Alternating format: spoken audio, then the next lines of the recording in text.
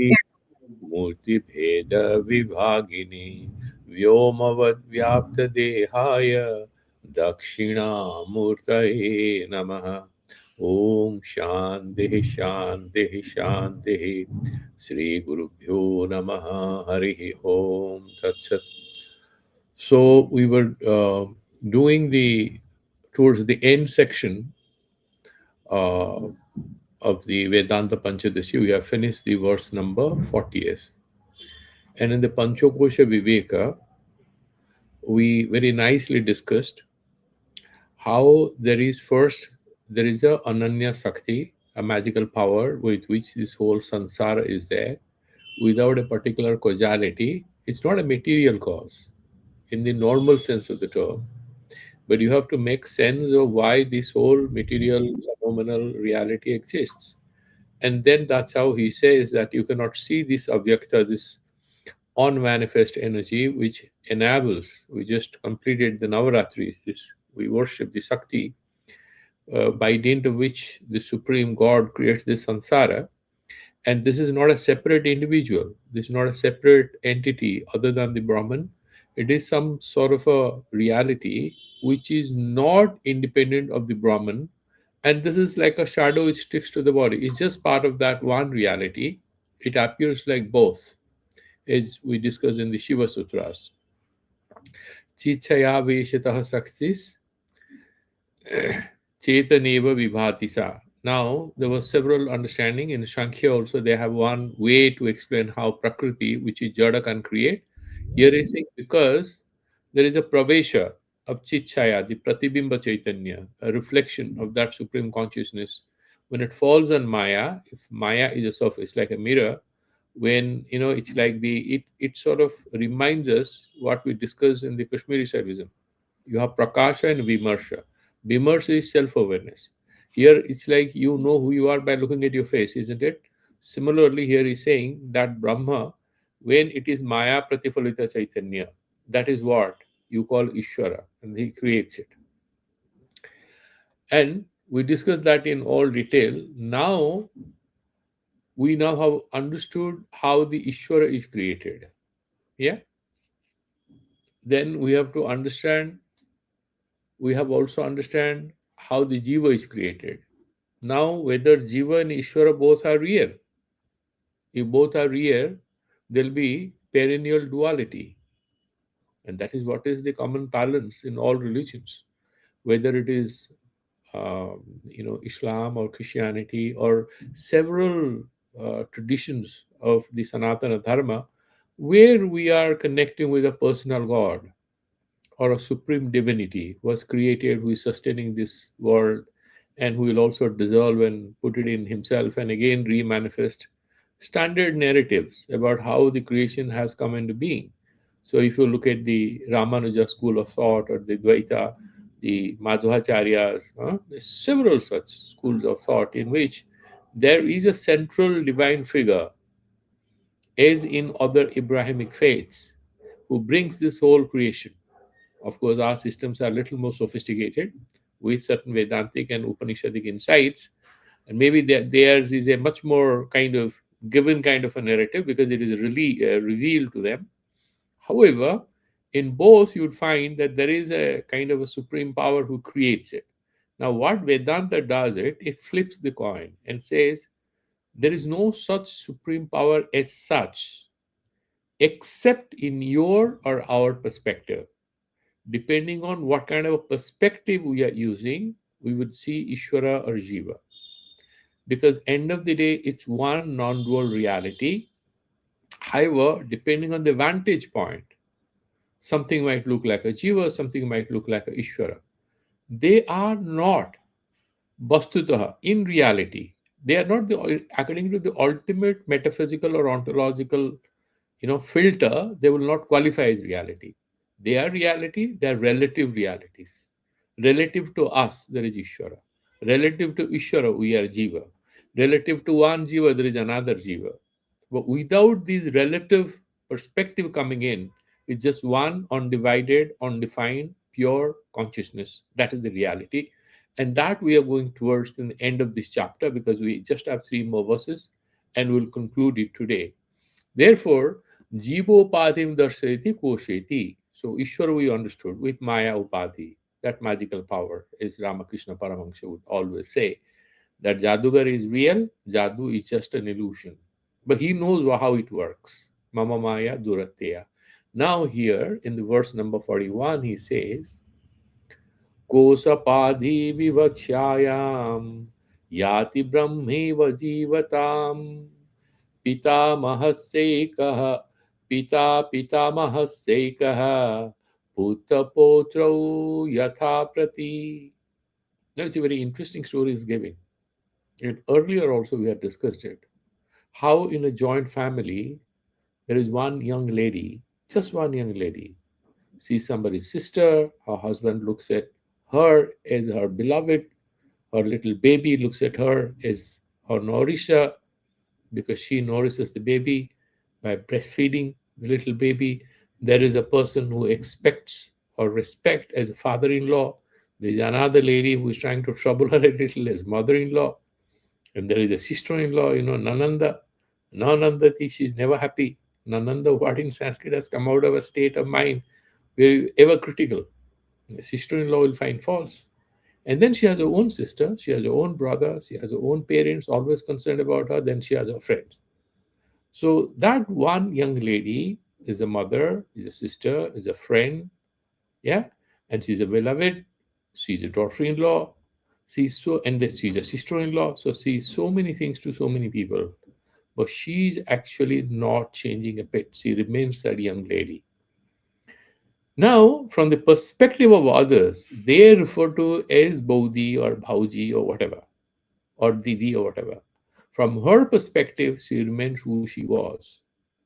And if you look at the self, there are different ways you can look at the yourself. Yeah, and then you also have interesting theories now coming up.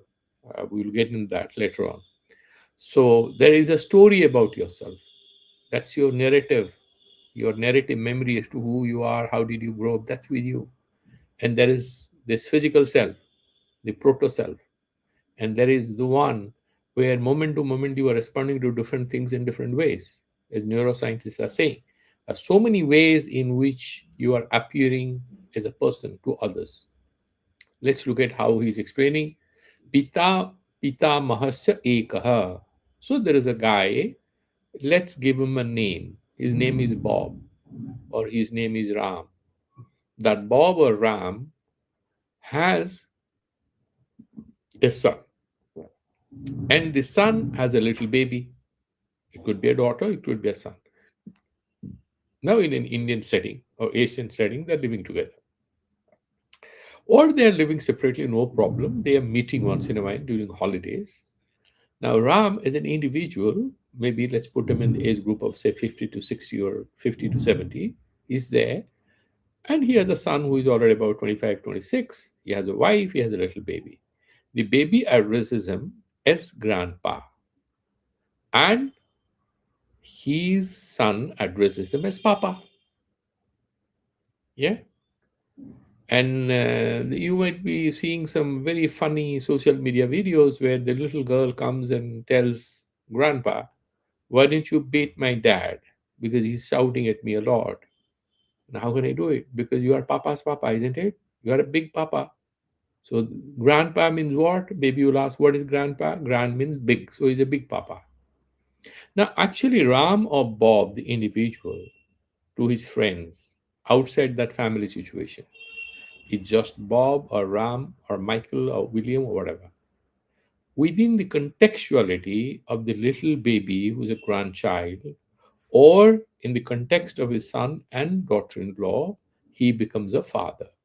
If he has daughter who is married off to someone else, or to his daughter in law, he's a father in law. To his son, he's a father. But it's just one individual. Pita mahasya ekaha. Father and grandfather are only one. Putra Poutrau Yatha Prati. In relation to the Poutra, the grandchild, he becomes a grandfather. In relation to his son, he becomes a father. Why are we discussing this example? We are discussing this example in order to clarify our doubt that One Brahman is the final reality, however, depending on the upadhi. So if we have the Panchakosha applying there, he becomes a jiva, a vidya upadhi. Panchakosha hiding the truth. Koshas are like envelopes in which that Chaitanya, that Shuddha Chaitanya, pure consciousness, takes the form of Annamaya Kosha, then Pranamaya Kosha, then Manomaya Kosha, Vijnanamaya Kosha, and Anandamaya Kosha. In none of these, the Brahman or the Sakshi Chaitanya, the witness self, is evident. It is not evident. It is through Vichara we know that the Sakshi Chaitanya is not changing at all. You have the Annamaya Kosha, there is another refinement becomes Pranamaya Kosha, further refinement Manomaya Kosha and Vijnanamaya Kosha, ultimately Anandamaya Kosha. But actually, none of this is Atma. They all can be negated.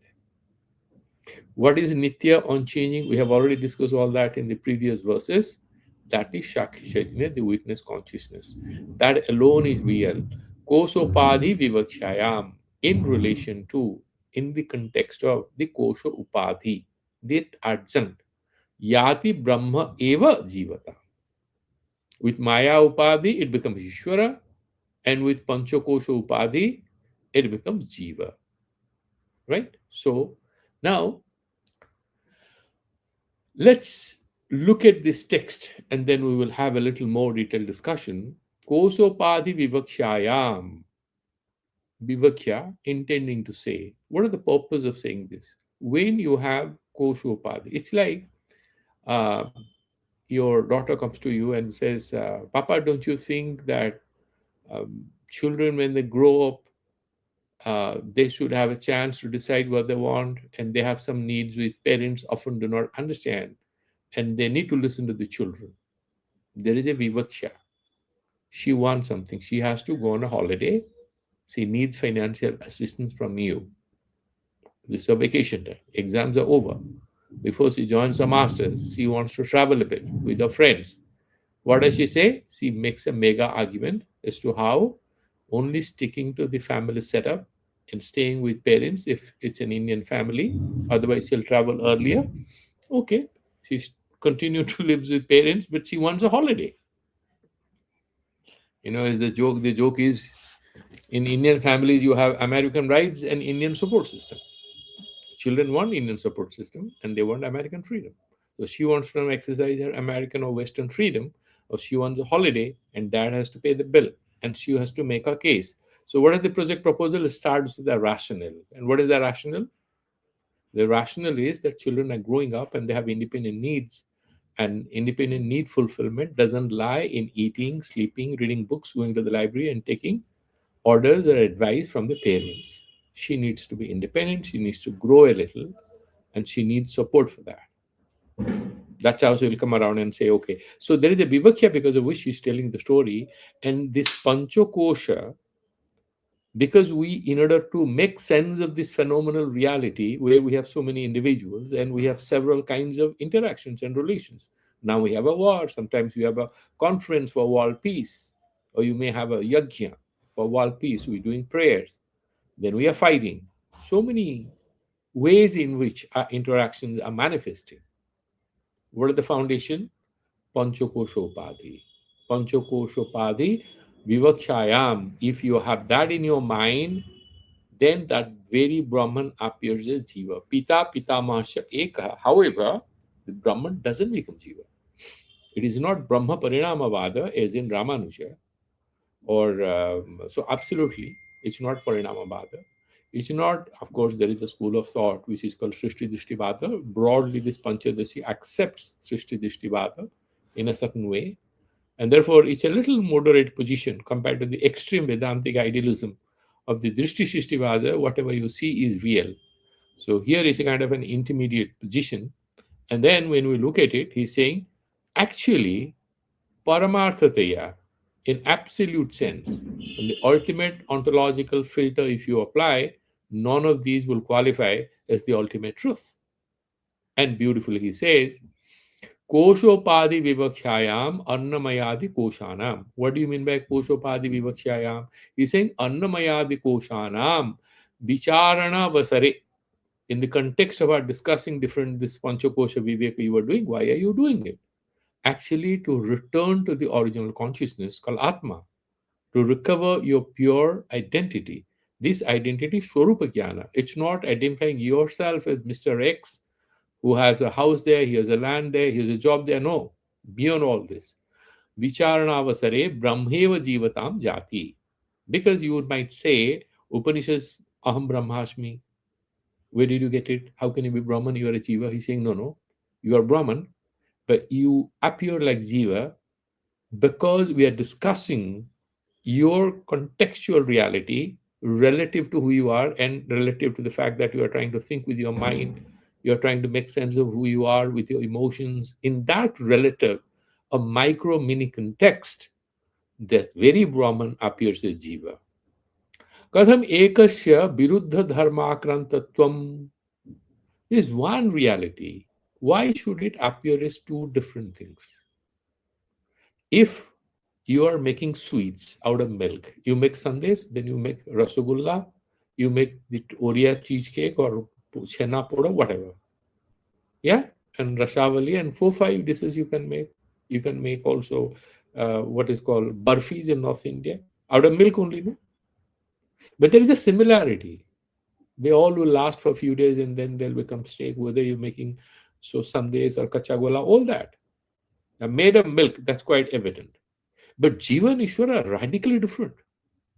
You cannot out of milk make samosas and sundaes. Can you? You cannot. Can you make pizzas and milk cakes out of milk? No. Out of the ingredients which help us, let's say, prepare a recipe of pizza, can you use the same ingredients to make milk cake? No, you can't.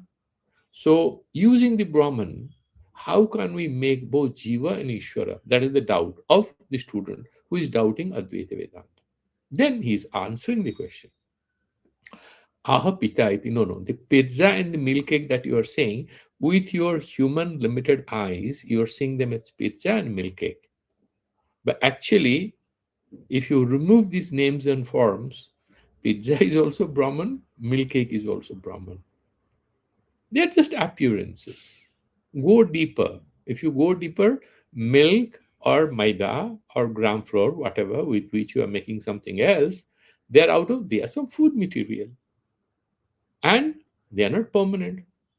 They will decay after some time, they'll decompose. There is a commonality to both of them. Similarly, the Brahman remains one, appears as different. Given the example of Pita, how one individual can be a father and a grandfather. Yatha putra potro, you have son and grandson. Prati, towards them. Tad apekshaya, in relation to them. Ekaha, eka vyakti. There's one person. Pita, pitamahasya bhavati. The very person becomes father and grandfather. Tatha eva, similarly. Brahmeva saktyopadhina ishwaro bhavati.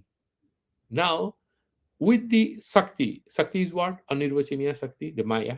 With Maya Upadhi, it becomes Ishwara with that magical power. Kosopadhina Jivo Bhavati. If you are bringing in the Panchakosha, yeah, then that becomes Jiva. You have Varnamaya Kosha. It has to be evident. Then it is trapped in that Kosha. Then you cannot see. It's like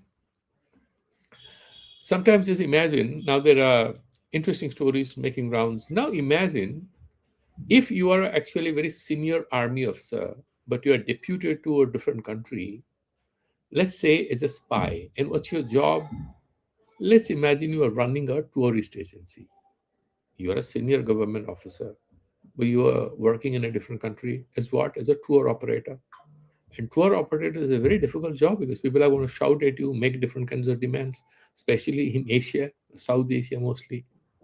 Very, cruel, rude way of talking and expecting services at the wrong time of the day.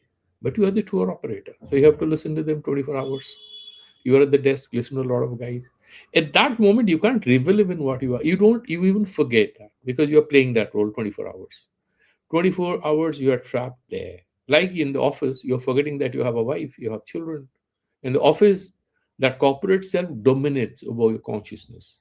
At home, you have a contradictory mental frame as a father, as a husband. You have a different kind of a mental makeup.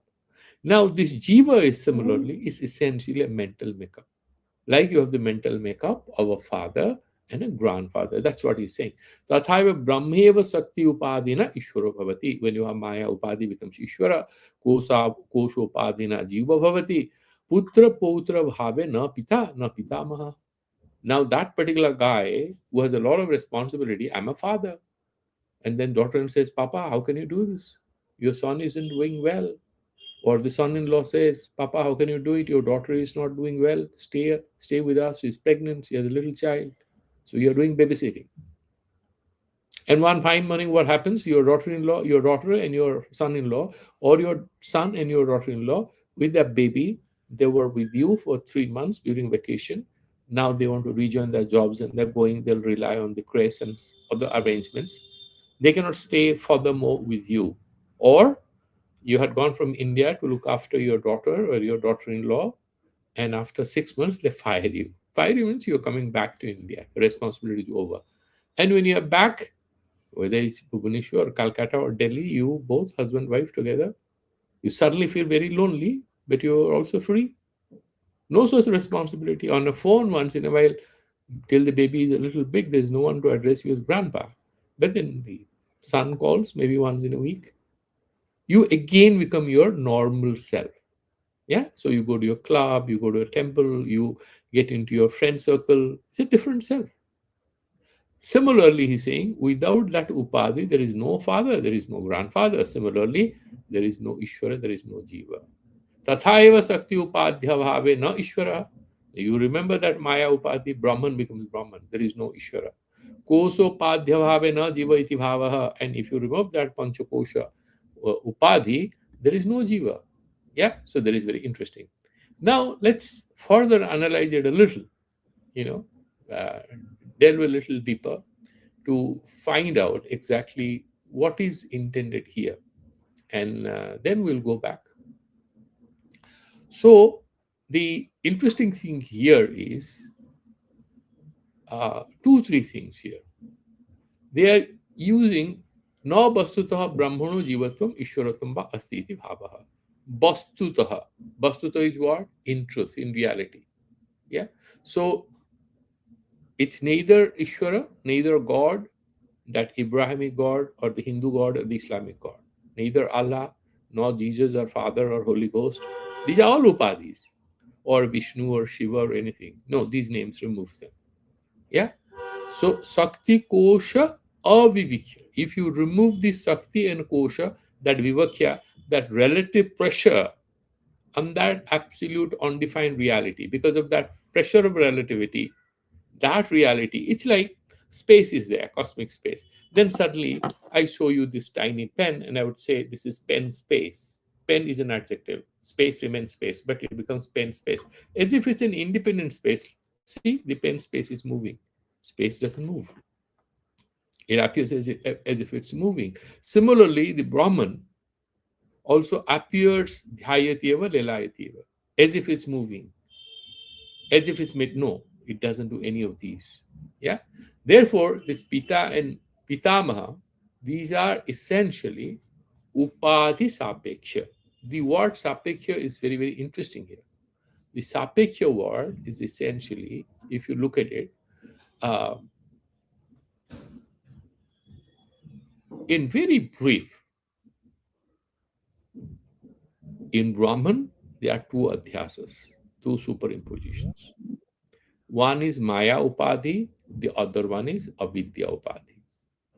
If you have the Maya Upadhi, then you would see what?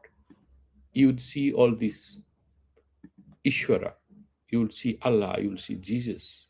Maya Upadhi. Of course, not in their religion, in our religion. You would see the Ishvara, all powerful God. Then Hiranyagarbha.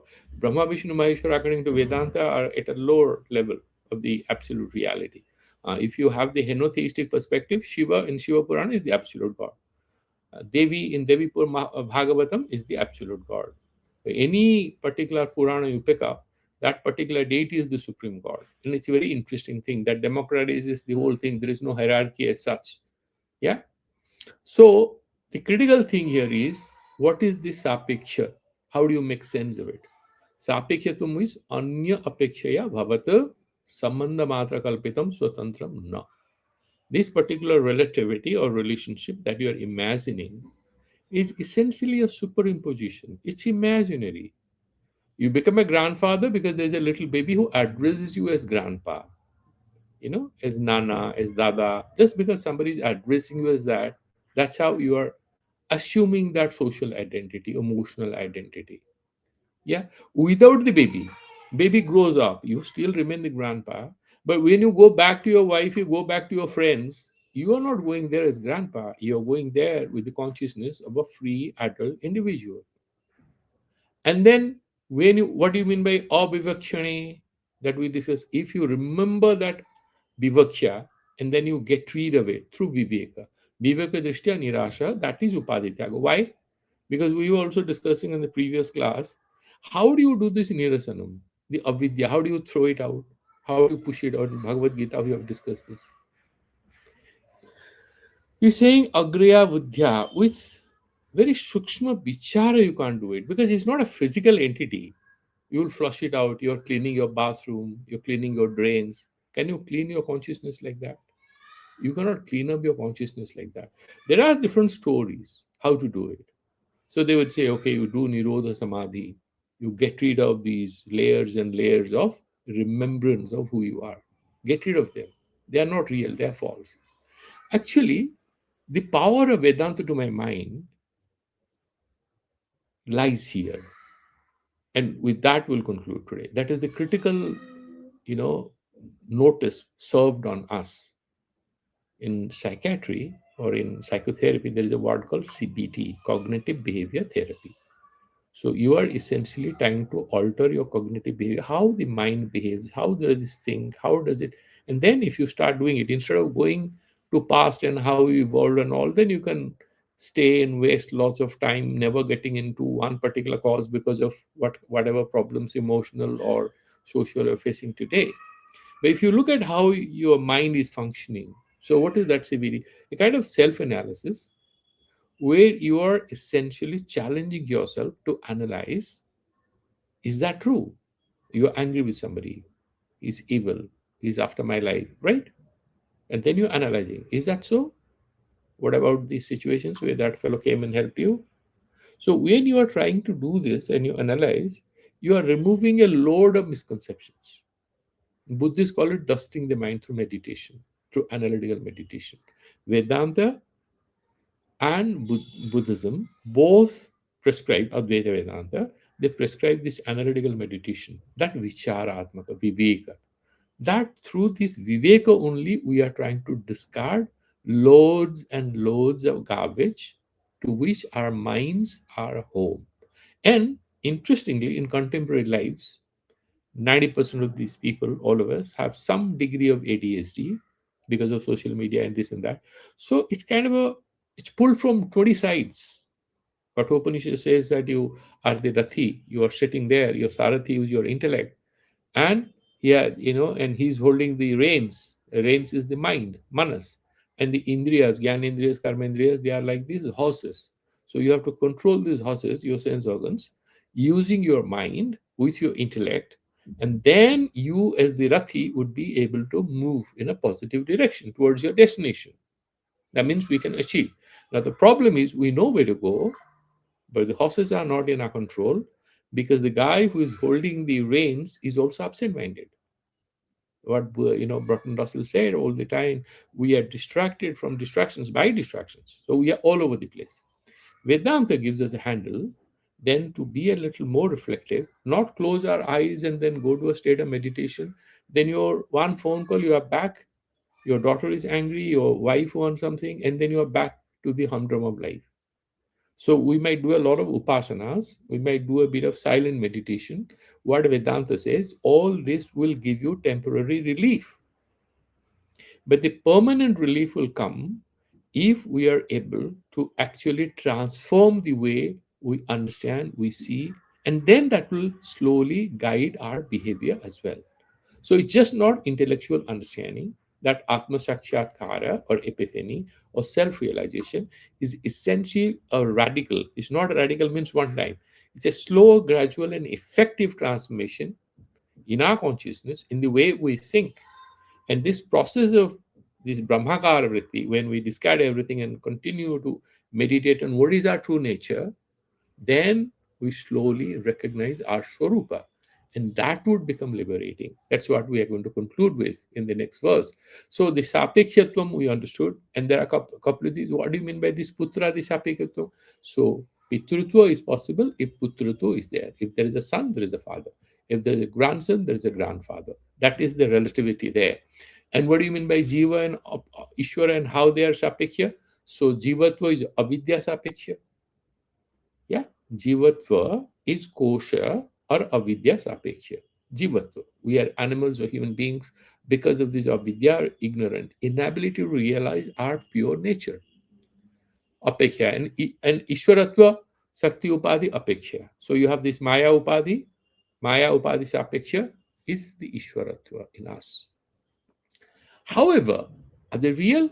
He says, no, Bastuta Abhava. In reality, they don't exist. Why? Because they're relative in nature. So, if we now sort of get a little into it, you'd find actually we started our journey, of course, from sloka number 1. We did PanchaKosha Viveka. But this Maya and these Avidya Upadhi discussion about Jiva Ishvara started in the 38th sloka. First, there was a establishment of the fact there is a Maya Shakti which exists hidden in all things. Then we said without it, you cannot explain this cosmic order because one guna of one panchabhuta will go to another. Like for example, water will become hot, very hot instead of being cold, and air might become extremely icy cold. It's just different things. Like air will have taste, water will not have taste. All kinds of things will happen. Deeper, a lamp will not light up things, whereas a pitcher or jar may light up things. So there'll be a whole lot of confusion. So they has to have some kind of a regulation. And for regulation to happen, there must be a regulating principle. Here in Vedanta, we don't have a regulator as such, even though it's referred to again and again for simplicity. But we are talking about Maya as a hidden regulating principle. That's secret. I'm not getting further into it because modern physics is making it much more interesting. Like this whole idea about quantum entanglement. How do you make sense of it? Two particles billions of light years away from each other, and there is some kind of a relationship, as if they're imitating, they know each other. How does that happen? So that secret, we don't know. So we are referring to that word. The ancient thinkers, the wise men, sort of use this word Maya to explain all that. And then in the verse number 40th, we said Brahma is Shakti Upadhi. We had a very good understanding how the Ishvara is born out of this Maya Upadhi. 41, we also discussed how the Kosha Upadhi Jiva is created. That's what we are discussing. And if you remove these Upadhis in the verse number 42 that we are discussing, there is neither Jiva nor Ishvara. Yeah. So Sapekshatva, as I said, is essentially a relational dependency, a kind of a relativism which is brought in a very definite way. It's not indeterminate. There is some design to it. It's not a chaotic situation. There is some order in it. So Jiveshwara. So essentially, these are relative. Jivahood and Ishwarahood, according to the Vaishnava school, are Paramarthika. They are real. Without Bhakta, there will be no Bhagavan. And you are not going to get terminated after your death or after you leave this place. You'll go to Vaikuntha Loka, you'll start doing Sheva to Lord Vishnu, all that. Here, it's saying that the Sapekya means it's dependent upon something, or it's relative to something, or it's conditioned by something. Essentially, there is imagination of some kind of a relationship. Without it, no, there is nothing. So, conclusion is essentially Jiva and Ishvara are not perennial realities. They are not ultimately perennial realities. They are both anitya, both Ishvara and Jiva. We can say, of course, these are anadi, they don't have any beginning. But once you have Atmajnana, there is no Ishvara, no Jiva. This duality is a product of a certain narrative, certain way of understanding and looking at the reality. Once this way of looking at reality gets transformed and we attain our Swarupa, There is no looking at. And there is no material, in material sense, there is no being. There is only that is. There is no becoming, there is only being. And when all this comes to an end, therefore, and as we have already discussed, the Vibhaksha word we have to understand again and again, the idea of using the word Vibhaksha is that there is an intention to express, or essentially, the reference is to having a certain perspective of framework. If you adopt a certain framework as a bhakta, obviously Ishwara is there, all powerful, and you do it. Now you suddenly counter question me. So we did this Navaratri and Ramnavami. This is a joke. I go to church, pray to Jesus. Is a joke. Or I pray to Allah. Is a joke. No, it's not a joke. These are all at the level of your sadhana. These are absolutely real. End of the day, you are already saying, as a devotee, I'm doing all this. So you have a certain perspective. Within that perspective, Ishwara is absolute. Within that perspective, you as a devotee is absolute because there is a perspective. When you transcend that perspective, when you or I would meditate, we are able to transcend that perspective. What remains? There is no perspective. What remains? What remains is that. Tatheva tat, that itself. Neti neti. When you remove all the layers of, it's like peeling the onion. What remains absolutely? When you go on peeling the onion, nothing.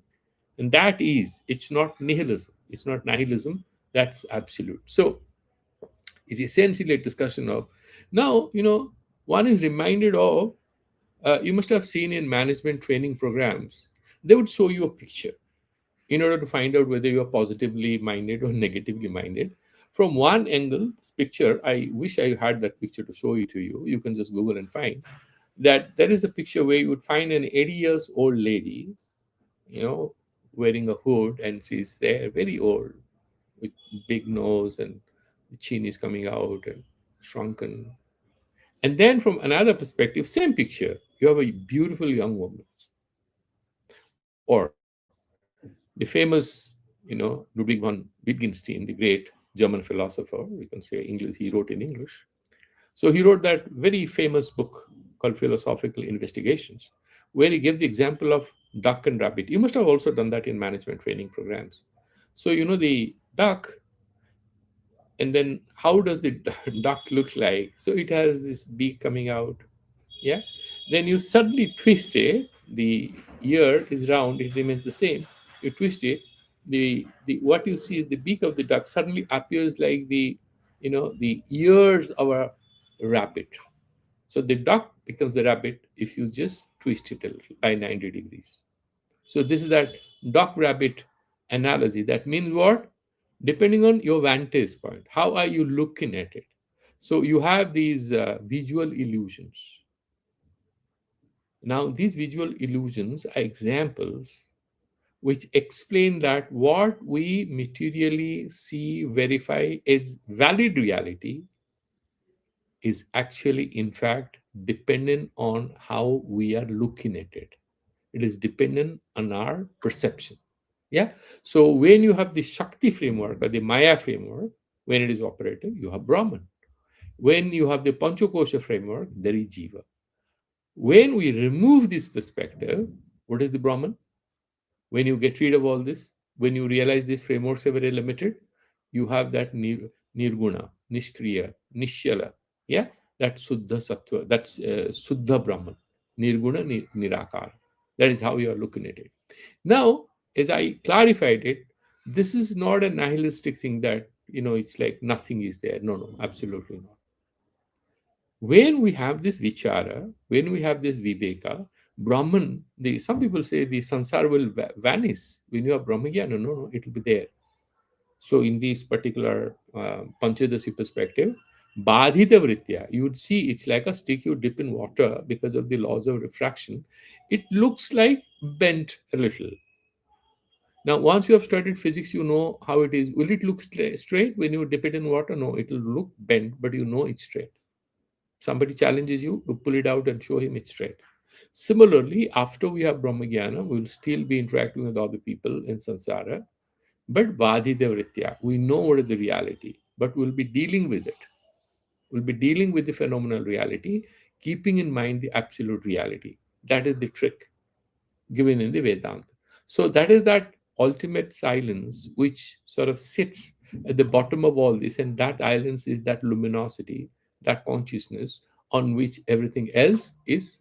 So Brahma Jiveva Na Paraha. Now let's go to the next verse. So this is the verse 42, and I have already explained to you. Just look at the shloka here. Putradir avivakshayam na pita na pitamaha tad तद्वन्नेशो नापि जीवः शक्तिकोशाविवक्षणे putradehe avivakshayam. When you remove this perspective of putra and a pautra, son and grandson, remove that perspective. Na pita, na pitamaha. There is neither pita, there is nor pitamaha. Tadvan, similarly, if anyone asks you, you realize it. Similarly, now we are coming to the Drashtantika. And what is the Drashtantika? He's saying that Tadvat, na isho na pijiva. Neither there is Ishvara, nor there is Jiva. Sakti kosha vivakshane. Sakti kosha. Sakti means Maya, kosha means Panchakosha. When you do not have the Panchakosha or Maya in your perspective, when you discard this Maya sensitive philosophical perspective, or you have Panchakosha sensitive, your phenomenal perspective, the Jiva and Ishvara both vanish. What remains? Nothing remains. No, the Brahman remains. That undefined pure consciousness.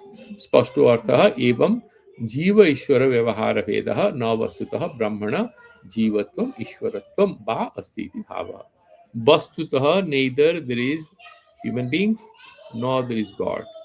It's only with vivakya, it's only relative to something that we are having these ways of explaining that we are human beings, God will save us, oh Lord, save us, we do prayers and everything. This is in that transitory human consciousness.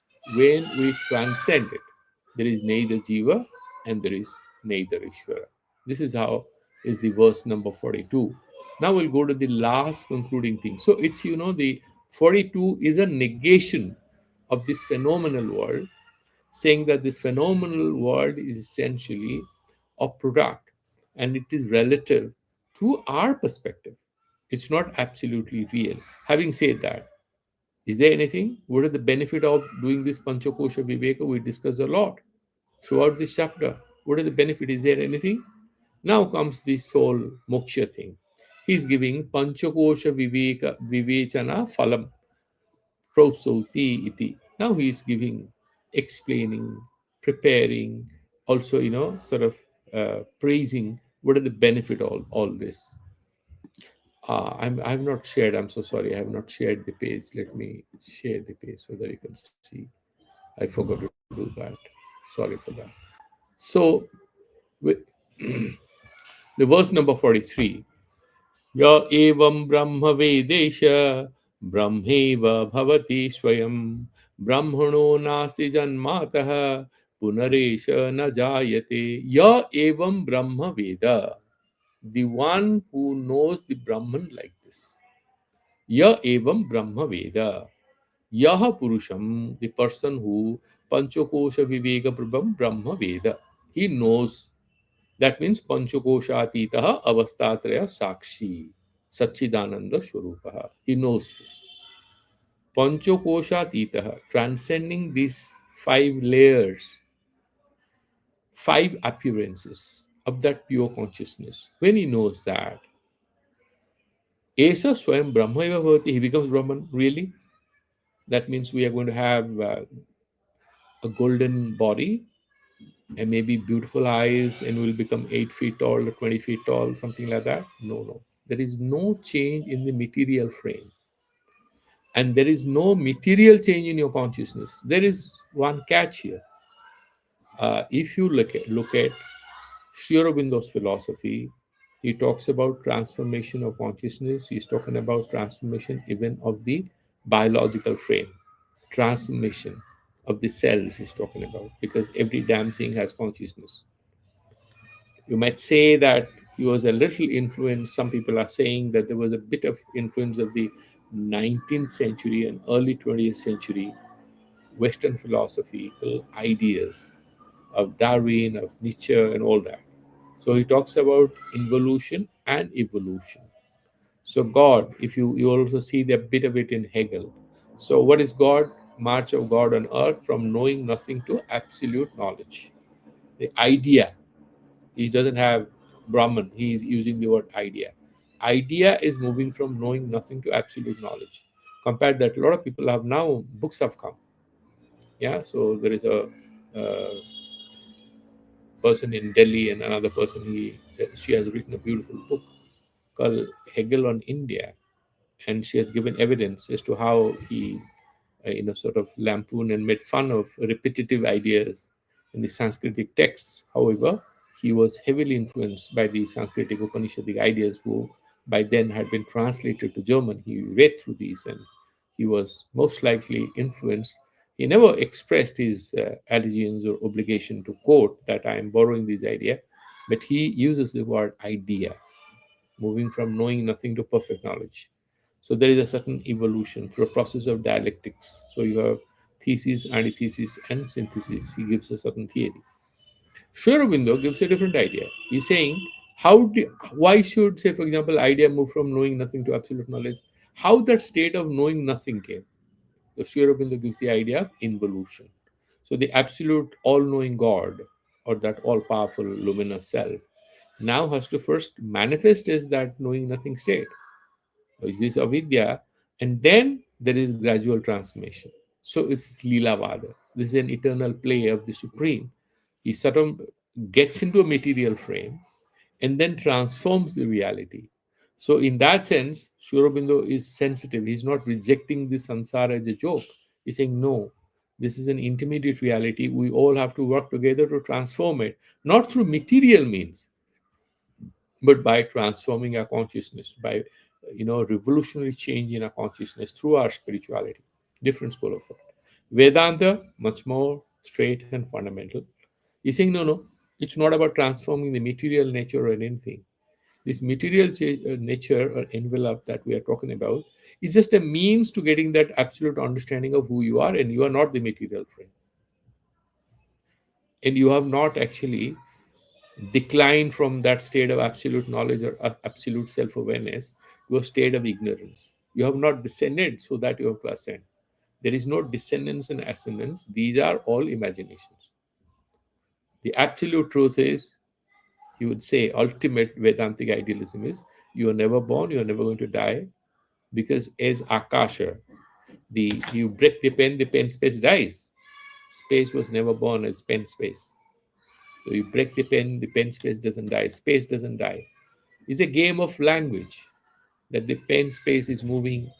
I break it and pen space is gone. This is the way we are making sense of it. There is nothing to transform the pen space into grand cosmic space. It's already there. There's no need for transformation. So Vedantic thing is very idealistic. Therefore, he's saying Sakyani Brahma Iva Bhavati. Brahmavid Brahma Iva Bhavati. Now, a few technical words will quickly make sense of it before we do a bit of deeper analysis, because that's how the chapter comes to an end. So, what is this Brahma Vedanam?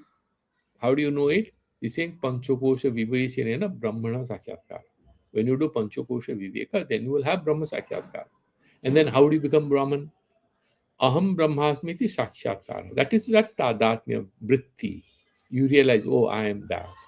It's like, so there is an unknown girl who's sitting next to you, and she's sort of stretching her hands and sitting a little, and you are feeling a little uncomfortable because she seems to be encroaching on your space. You are traveling, flying both together. She's sitting in the next seat, and you don't like her behavior, and you think she's being a little snooty and rude to you.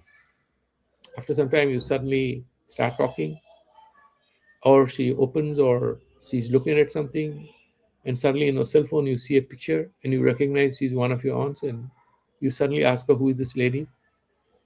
She says, she's my, she's my chachi. Oh really? Who are you? And then suddenly you discover you both are related, and she's one of your distant cousin sisters. Now this whole discomfort suddenly blossoms into a feeling of warmth.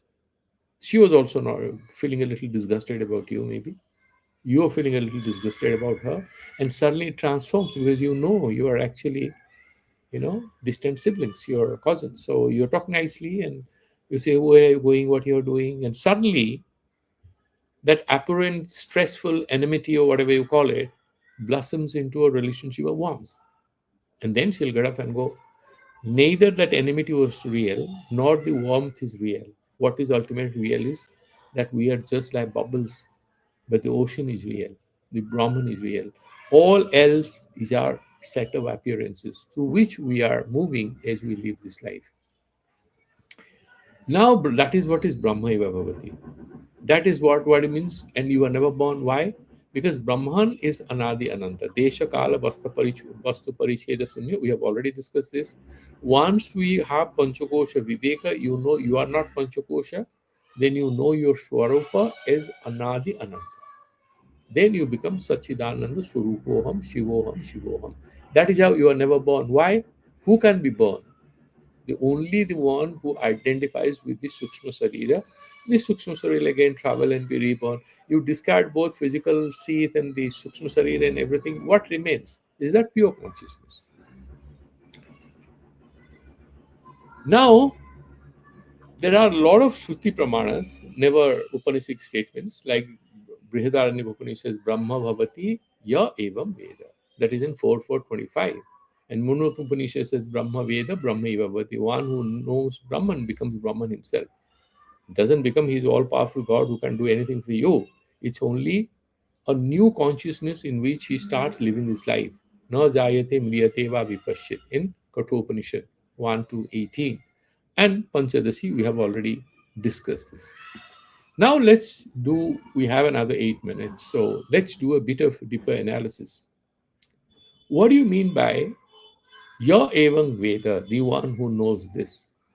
Here, Evam, refers to what? This whole chapter. The one who knows this means the one who is able to analyze in the light of the slokas from 38 till 42. You do the PanchaKosha Viveka, you understand Maya Upadhi and the Avidya Upadhi, PanchaKosha Upadhi. So once you have further analyzed and you have realized that this distinction, though analytical, is essentially imaginary, it's all about a narrative, fundamental reality never changed. And what do you mean by Veda? It's like knowing a pen or a pencil. He reads in a philosophy book. No, it's not an intellectual understanding. Veda here is it becomes that. You realizes it. Sakshat karo. Yeah. So when he realizes it means he transcends this understanding.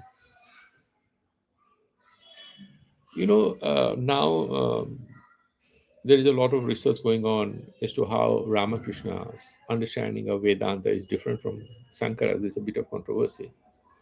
So Swami Medhanand, who has written a wonderful book on Vijnana Vedanta, is trying to say that the traditional Shankara Vedanta is just one level, but Thakur was all embracing, very inclusive, a loving perspective of Vijnana Vedanta, where he's talking about wisdom. He's not talking about a logical framework. What exactly here, even the Panchadasikara is saying, is that Vijnana, where it's not, it's not knowing about Brahman. It's a radical moment where you realize, it's a direct realization, you become that. So that is how in the Panchakosha Viveka, if you look at the Taittiriya Upanishad, so Bhrigu returns to Varuna to have this Panchakosha Viveka again and again until he finally says, yeah, now I understand it. Then he realizes I am Brahman. So Panchakosha Viveka, the phala, is not having an analytical distinction that these Panchakoshas are different and all, which we did. When we deeply realize, then we realize Panchakosha Atita Avasthatara Sakshi Atma. And that is not different from you. That's what you are. Then you have that sudden, that luminosity dawns on you, which it was. You are always that. You only were closing. There's a beautiful sentence um, by Emerson in his autobiographical notes. He said, all my life I suffered until I turned back, and I was always face to face with darkness. I turned back and I saw light. So I was seeing my shadow because I was turning my back on the light. Once you turn towards the light, you see the light. You don't see your shadow. You see your shadow when you are looking away from light. We see samsara, we see the vicissitudes of life and all these hardships and everything. We are struck with these difficulties when we are not able to realize our true pure nature. And here this word Brahmaiva Bhavati, if you there is one beautiful story, mild digression. We have 5 minutes. I'll try to still conclude it. So, there is this story in Upanishads. So there was this king, and there was a sudden revolution, or kind of an insurgency, and they were about to kill him. So the minister ran away with the pregnant princess. He knew that the king is going to die. He's encircled by enemies, and tries to take this young princess to a jungle and hands her over to a tribal chieftain, a jungle community, forest community. And this young queen then delivers a baby, but because there is no medical care, she dies after delivering the baby. The little baby is now raised by the tribal chieftain. He doesn't know who this girl is because they were in disguise. And this boy grows up to a young man, but the minister is keeping an eye on him. When the boy becomes about 16, 18 years of age, the minister, in a very hideous way, secretly goes and meets the guy and says, "Do you know you are the king of this state? The insurgents have captured power." He said, "I am the king. Are you crazy?" He doesn't even know anything. He's just a tribal boy. He's a forest guy. So he plays with animals. He goes on hunting and comes back. He says, "No, no. You see your features. You are different from your father, your brothers, your mother. You don't belong to this family. You don't belong to this community. You are a different person. Your reality is different." Slowly, he starts recognizing. Then he musters courage.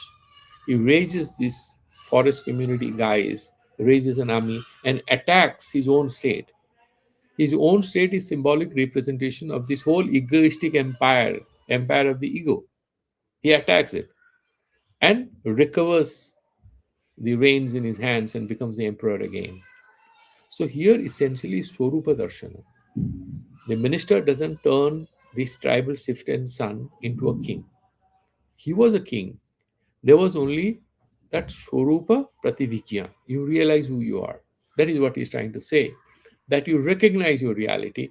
Then Brahma Veda, Brahmaiva Bhavati doesn't isn't a material transformation. It's essentially recognition of what we essentially are. We are thinking we are not Brahman, and we'll realize we are verily Brahman. And then this Ya Evang Veda Sa Brahma Bhavati, that's Brihadaranyaka. And then here again is Mundaka says Brahma Veda, Brahma Bhavati. Why there is a repetition? This is not a metaphor. This is essentially to kind of confirm, harp on, validate, and sort of substantiate the advice that there is no past or future in your existence. It's a perennial truth. If you don't realize that aspect, then you become scared as a bubble water. It's like the water bubble doesn't realize it's the ocean, it's scared of dying. Once it realizes I'm water, I'm not a water bubble.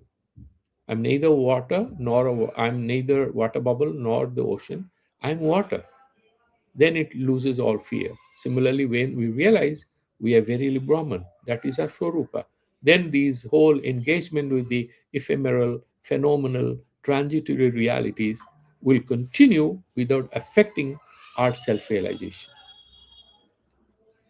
And then this has been mentioned again and again in the Mundaka Upanishad. Bhagavan says in the Mundaka Upanishad Bhashya, Jnana matra phalam moksha na karamana na tapasya. Doing meditation, tapasya, Navaratri Vrata, and doing all kinds of karma anushtanas, pujas and all, you will not get moksha. You can go to Swarga. You can get a lot of siddhis. But you will not get liberation. Because liberation, so far adjuncts are there, so far faulty perceptions and faulty self-understandings are there, we are trapped here. And we'll be repeating this whole entrapment through different births.